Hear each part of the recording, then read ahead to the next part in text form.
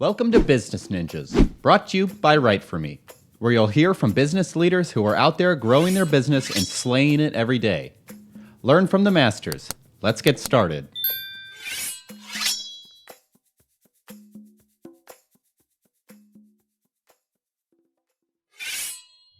Hey everybody, welcome back for another episode of Business Ninjas. This is Kelsey here today with Zach Brule. He's the owner and operator at Four Pillars. Zach, welcome to the show. Thanks for having me. Hello. Absolutely. Tell us a little bit about yourself, Zach. This is always the most difficult question whenever I haven't interviewed that much, but this is the hardest one of all. 45 years old, married, 10-year-old son, been in business now I just passed my 10-year anniversary. Congratulations. What else? I used to play a lot of baseball as a kid. I have an MBA and a degree in music. Oh, that's interesting. And Yep. Here you are working with Four Pillars, right? Mm-hmm. So Yep. Tell me about Four Pillars. Well, Four Pillars, the easiest way to describe it is we get people out of debt. We're a debt restructuring company. So the restructuring part's important because we're not a loan company. So people hear you get people out of debt and they're like, oh, what kind of interest rates do you give on the loans? There is no loan. So we're a restructuring company, which is a fancy way of saying you're taking the debt and trying to reduce it. Okay. The difference between us and everyone else is we represent the debtor. If you look at the other players in the industry, they tend to, just about all of them represent the creditor. Okay. So that's the high level version, I suppose. Oh, interesting. And it sounds like that's what differentiates you from your other competition. Yeah, more or less. I mean, there are other people who do what we do, and of course, their tagline, of course, is we're representing you. But yeah, if you look at the industry in general, what we do is still fairly new. It's kind of, I liken it to what a mortgage broker was maybe 50 years ago. These days, people know what a mortgage broker is, but go back 50 years. What do? I'm a mortgage broker. You mean like the bank? Is like, well, no, I arrange that. You mean like the bank does? Yeah. If you look at other people in the industry, trustees, credit counselors, debt poolers, banks, collectors, buyers of debt, and most of the lawyers, they're all working on behalf of, or at least in the best interest of, the creditors. And it's not because they're mean or there's something wrong with them. It's their job at the end of the day. Even the people who claim to be neutral, if you do a little bit of digging, you'll see they're ultimately compensated. The way they're compensated falls in favor of the creditors. So yeah, it's a unique position to be in. It's nice. Okay, interesting. So where are you located? My office is we're officially in Toronto. I mean, if you want to be really specific, we're in North York, which if you're not from Toronto means absolutely nothing. So it's we're in the northern part of the city, I guess you could say. Okay. So are you working strictly with, individuals in Toronto or companies in Toronto, or do you spread out a little more than that? Oops, I forgot to shut off my phone. It's a combination. We have our official territory. So again, for anyone familiar with the Greater Toronto area, I officially own North York, Scarborough, and Markham. However, you do get people in some what we call open waters, where no one happens to own this part of the city, so that person may fall to me and so forth. It's very territory specific. You do get the odd person, especially with what's happened over the last 2 years. All of a sudden, it's socially acceptable to do things virtually. I hate it, but we do it. So I do get the odd client who is in an open territory and is also miles away. But for the most part, the population of the area I own, give or take 1.7, 1.6 million. Wow. So it's a decent size, Yeah. So it's not like you can't make a living, focusing on that area. Right. Yeah. Right. So break that down for me. When someone first gets involved with Four Pillars, what does that look like?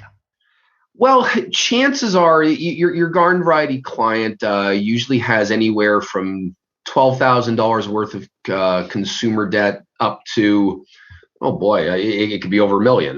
Doesn't happen a lot. Most people, if you average it out, most people are around 30 or 40,000. That could be credit card, loan, line of credit, overdraft, taxes, stuff like that. And chances are they've gone through the the usual stages of grief, which is first denial. You won't do anything. The second is you approach friends, and the triple F, friends, family, and fools. Yeah. If that doesn't work, then you look into cashing in assets or cashing out assets. And some people have assets, some don't. At which point, the last thing people will do before they get to us is they'll try to get what's known as a consolidation loan. So they'll go to the bank and they'll say, look, I got all that. Can you give me one loan so I can pay them off and ideally pay you back, lower interest rate, lower payments? The challenge is they tend to run into two problems. One is they're usually going to get denied unless they own a house and the bank can secure the loan. An unsecured loan is going to be very difficult. The second problem is even if they get the loan, it doesn't really improve things, because if you have $30,000 worth of debt on credit cards, you're probably spending somewhere in the ballpark of $600 to $900 a month just to keep these guys off your back. And it's all interest. You get a loan at $30,000, 5 years, 8 to 13% interest.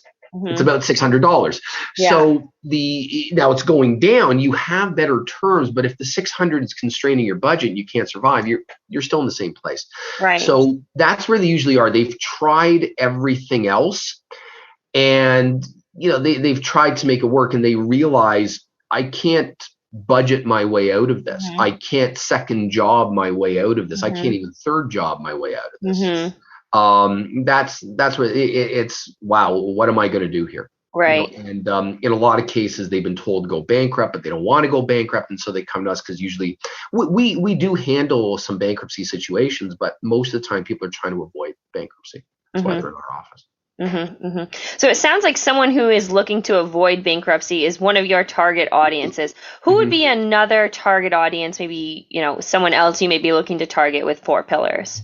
Sure. I mean, ultimately, that's the bread and butter. It can be a person. It can be a business. A lot of the time we get both at the same time, a person who has consumer debt and also business debt. And there's different ways to handle that. There are people sometimes you run into, they fall into the category of asset rich, cash poor.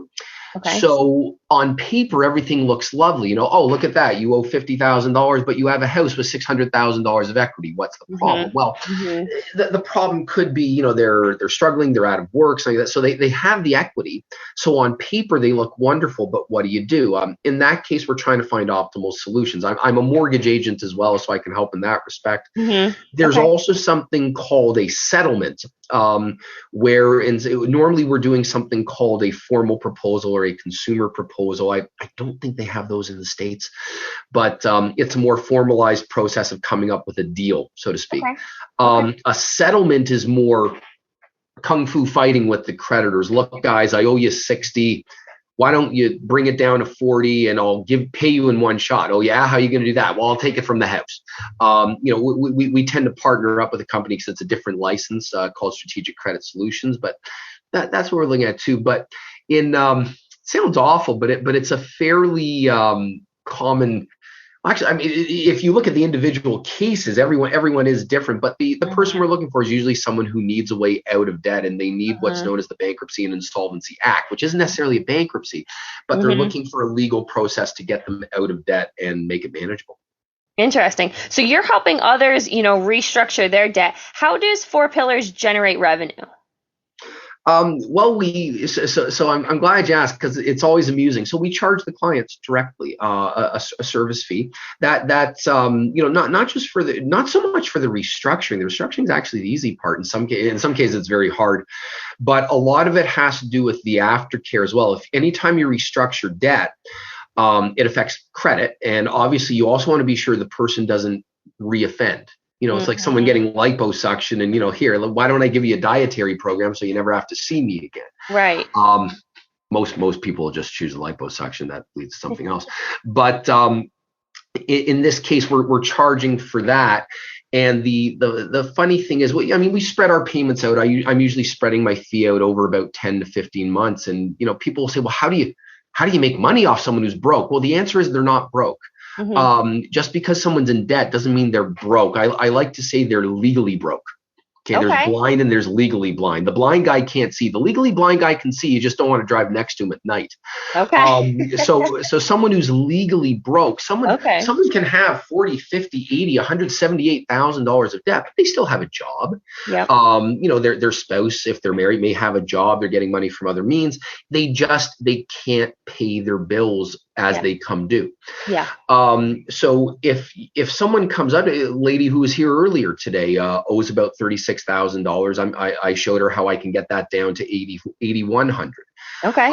5 years, 0% interest, and she's going to have a payment 135. She's happy. Wow. How is she going to pay me? Well, it's very simple. She's been paying almost $1,000 a month to the creditors. If I say to her, stop, she's going to have some money all of a sudden. She won't have exactly 1,000 because at that point you're trading, you're paying one piece of credit with another piece of credit. Right. But it does free up cash flow. And the idea is 99 times out of 100, even though they're paying me something, they'll still end up with less money out of their pocket than they would if they went directly, say, to a trustee or someone else. Interesting. Otherwise, it wouldn't be worth it. Yeah, right. So it sounds like, there's a couple different avenues that you take with your marketing for education. It sounds like, people, they do the 3 F's, like you said, friends, family, and fools. But I think it sounds like a lot of the education is trusting you to be able to help them. Is that right? There definitely is a huge amount of trust. Part of the reason I got into this business was I said to my wife at the time, because obviously I was working elsewhere in another industry. I said, I think all things being equal, if it comes down to who do they trust more, I think I'm going to win. For some, now that's an intangible. This is going to sound like bragging, but there's no good way to say it. For some strange reason, people throughout my life have trusted me. I don't know if I wasn't always bald. I can only assume I'm non-threatening, which is interesting because I'm 6'3", 215 pounds. I'm not a little guy. I dress plainly, I'm in jeans and a t-shirt right now. But I wish the folks from Guinness would follow me around because I swear I hold the world record for being stopped for directions. It's incredible. People have done U-turns and literally come up to me as I'm walking. It's become a running gag with my wife and I as we walk. Funny. Yeah, I this isn't hyperbole. It's just here it comes. Someone's gonna ask me for directions, and I got asked for directions when I was in Spain. I'm like, do I look like one of the locals? I don't know. And it was a Spaniard. It wasn't some guy. Yeah, it wasn't some guy speaking English. So you look like a tourist. It's like, no, they just asked me directions. So there certainly is anything we can do for credibility. I think one of the smartest things we did, because 4 Pillars is a network. There's a head office. There's several. We used to be called franchisees. I don't know what they call us now, but something like that. Yeah.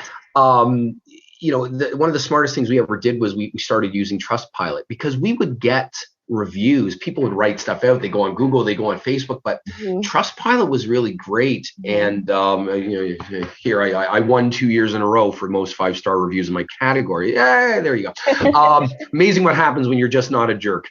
Yeah, but right. people said, "What's the secret?" I'm like, "Don't be a jerk." It's simple as that. But it's wonderful because especially in the early days, who's used you, what do you have as backup, and when you've only had 4 clients, it's like, well, so what do you do? So it's nice to be able to point and say, you see those 5-star reviews, I those aren't me. Yeah. But a lot of it really comes down to how you present the information, how you present yourself. We do, as you may have figured out already, I don't have a problem talking.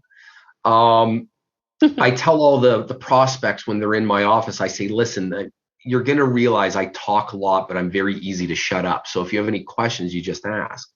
But I explain everything to them. And a very common comment, not only with us, but the other 4 Pillars offices is, I went elsewhere before I saw you. Nobody said even half of what you told me. It's very get you in, get you out, get you in, get you out. And in a way it makes sense because if it's certain people in the industry, they have to be a little tight-lipped because the more they say, the more it becomes, wait a second, are you going to take my RESP? Are you going to take this? Are you going to take that? Are you telling me that it's not in their interest? sounds terrible, but it's not in their interest to say too much. They're in a very precarious position because they want to land the client. So you need a smile on your face. At the same time, you got to tell them what's going to happen. So I've often said, some people, they have to smile as they're taking your house. It's not a position I'd want to be in. No. I like being able to take the side of the debtor. It's much easier. Right? Yeah. Yeah. So talk to me a little bit about how you've been able to grow 4 Pillars, because it sounds like, it's you and your wife who really got it off the ground, right? Initially it was just me. Just you. Yeah, so I started the business when my son was 3 months old and my wife was still on mat leave. I'm living proof you can make 6 figures and be perpetually ticked off. So I left in, I won't say a white hot rage, but I'm convinced I was suffering from some form of temporary insanity at the time. Anyways, so initially it was just me, and for the first 3 years, it was just a grind. It's been 10 years now, but up until about 3 years ago, I told people all I have to do is think just a little bit of the first 3 years, and I can still turn my stomach into that. It was really a combination of advertising, which was pretty much pay per lead. That was the only thing that ever worked for me. I tried everything else, pay per click. Print advertising was worthless. I knew someone at one of the major news radio stations in town, and I said, what would it cost me to advertise? Like, oh God, forget it. Even if it worked, I couldn't possibly grow that fast and manage the growth. Yeah. So there was pay per lead that sort of got me in front of people, but the rest of it was I realized early on, not only that it made sense to network, but I was thinking, look, you're not doing anything. You're not busy. You have 3 clients at the moment. My job was to meet people. So Chamber of Commerce, Board of Trade, BNI, I would sit at home and I would make lists of mortgage brokers, because mortgage brokers get turn downs. They get people, hey, can you help me out? A lot of people go to mortgage brokers not even realizing, you need a house to get a loan. So I would make a list of like 100 of them, email them, maybe, 5 of them would get back to me. Same thing with financial advisors. So that's how it started. And fortunately, the business is relatively, at the time at least, relatively low overhead and decent revenue per sale. So that kept me going for the first 2 years. What started to change around year 3 was 2 things. One is you start to have enough of a client base that they start referring people. Birds of a feather. I mean, it just happens. You start to notice where your work comes from, so you're better at targeting. But what also happened, and I got to give them credit for this, was the head office landed a deal with a financial advisory company. Okay. And we were a perfect fit for their client, and they're a perfect fit for our client. Yeah. And so they that gave me the opportunity to always, I always wanted to be in front of people presenting. Yeah. This gave me the perfect opportunity. They wanted to know, what do you guys do? Tell us about you. So they started sending us work too, not droves and droves, but it was enough to give us a little bit of an increase. If you fast forward to where we are now, especially with the last 2.5 years, advertising's gone to hell. It's, I think, partly because I think a few people have lost their minds, but I can't prove it. But the but the other challenge is, I think, partially because of the acceptance of doing everything virtually, it's easier than ever for people to shop.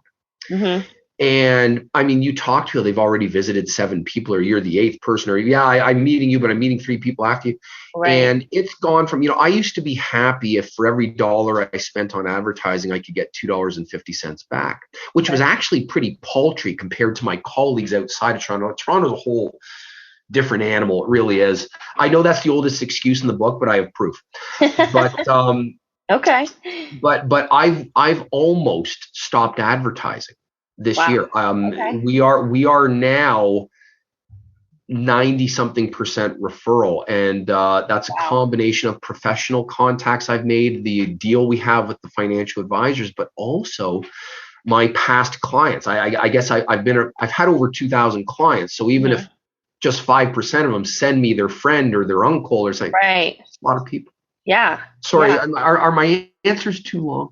No, this has been fantastic conversation. No, I appreciate you expanding on that, especially how Make it longer. it was it was you, and then how you've grown it over the years, going from, just you and waiting on your wife for her maternity leave. So my wife, that was the original question. So originally it was me. Then in the third, when I turned 3, so to speak, I hired a lady. My wife kept her job. A year later, not even a few months later, I realized I needed a third person. I looked over at my wife one night, who was working on this report that was keeping her up till 2 a.m. And I pulled out the budget. I started doing my own stuff, and I looked at her. I said, "What if you could come and go as you please and get the same money?" It's like, okay. I said, we should do this, and so she joined. So a year after I hired my first employee, my wife came on. Yeah. And then in 2019, the lady I hired went on mat leave and got someone else, my sister-in-law, actually. And when she came back from mat leave, just before the virus hit, I said, we're busy enough for 4 people. Yeah. And then all hell broke loose. And for the last 2.5 years, I've been saying, I don't want to lay anyone off. If it comes back, I don't want to have to rehire someone. Right. So I was shifting. And it's only at the start of this year where it's like, whew, okay, it was good to keep everyone. It cost us. Good. It cost us. Yeah. But the idea that I'd lay someone off and now we get busy and now I got to rehire someone and train them. And oh God. Right. No. Right. Financially, it just didn't necessarily make sense. It was hard. With the benefit of hindsight, you could argue I should have let someone go at the beginning of last year. I didn't. Mm-hmm. It's the old game of, if I laid someone off the moment the nonsense hit, mm-hmm. well, you're doing it too fast. If you wait too long, you slowly bleed to death. Right. So through no skill, it was purely luck. Some things happened at the end of last year, the beginning of this year, and the business has started to turn around. And fortunately, we follow our own advice. We keep a decent war chest in the business. So I knew, look, if I lose, it sucks, but I'm not. We're not going broke overnight. It's going to take. It took a long time to build up the cash flow. It takes an equally long time because we spread everything out. It took about a year, just over a year, that and the government cheese they were handing out. It took about a year and a bit to start to, I felt that. Okay. Like we were having bad months, but also, oh, wow, like we lost money. Yeah. And by the time we really started to feel it, and I'm sitting there like this, things started to turn around. So good. We got lucky. Yeah. I'd like to tell you it was skill, but we got lucky. No, I'm sure skill had something to do with it because you were able to spread it out. I give yourself some credit there. If it had happened 3 years earlier, I think we would have, had a problem. Yeah. Well, if someone wanted to access 4 Pillars and talk to you a little bit more, where would they go to be able to have a great conversation like you and I just had? No problem. The easiest thing is 4pillars.ca. You'll see all the locations there. I have a I have a website I keep on the side just for lead generation. I used to blog like crazy back when I had time. I don't have time anymore, and I suppose that's a good thing. I did enjoy writing, but I don't do it now. But 4pillars.ca is still probably the best place because you'll see where everyone is, and there are other offices, and they're equally as charming. What can I say? Oh, I love it. What has been what has been the best either social media presence or platform you've been able to use to educate and to reach some of your customers, or has it been mainly that word of mouth? It's mainly word of mouth. Social media has been a disaster, partly for 2 reasons. One, my fault. The other, just the nature of the beast. In terms of the nature of the beast, Facebook leads, Instagram leads, Twitter leads in general are awful for my business. And the reason I believe is it's interruption marketing. Someone happens to see the ad and they'll tire kick. Oh, let's see what that is. It costs them nothing to fill out a form. Right. So you get a million tire kickers. The best was Google, but Google changed some stuff recently. They made it tougher for guys like us to advertise on Google. I guess we're kind of like Uber to the taxi cabs. They don't like us very much. So that didn't help. The other problem was, here's how smart I am. Yours truly got booted out of his original Facebook account almost 2 years ago because someone, 2 days in a row, it looked like someone hacked my account. They got in there and said, hey, did you just log in? Someone from a different. And I said, okay, I'm going to do two-factor authentication. Yeah. I never got the second factor. And yeah, so I emailed, Facebook customer service, which is worth every penny I pay for it. Good. And got nowhere. So I had to open a new account. No. I can't access. How's this? I can't access my business account.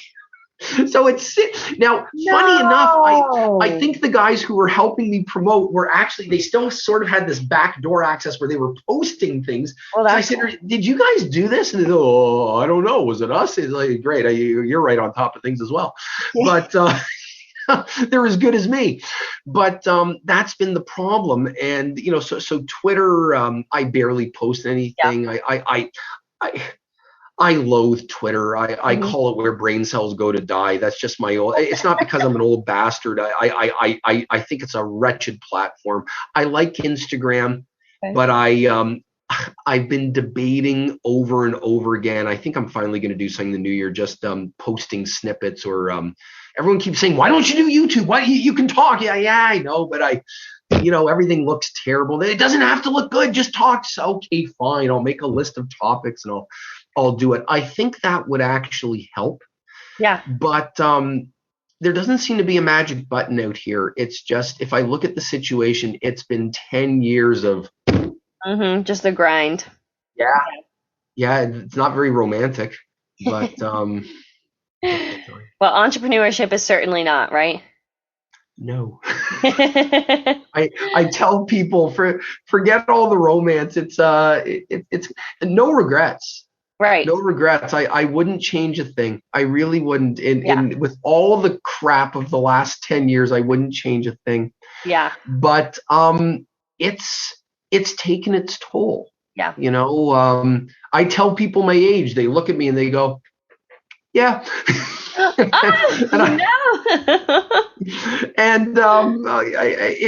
is what it is. I mean, I'm looking at myself now as like, my God, I really am my father's kid. But it's, I haven't had much of a vacation any year. We take short vacations, but at the same time, it's given us the flexibility, especially, my wife can come and go as she pleases. That the day my wife started with me was my son's first day of kindergarten.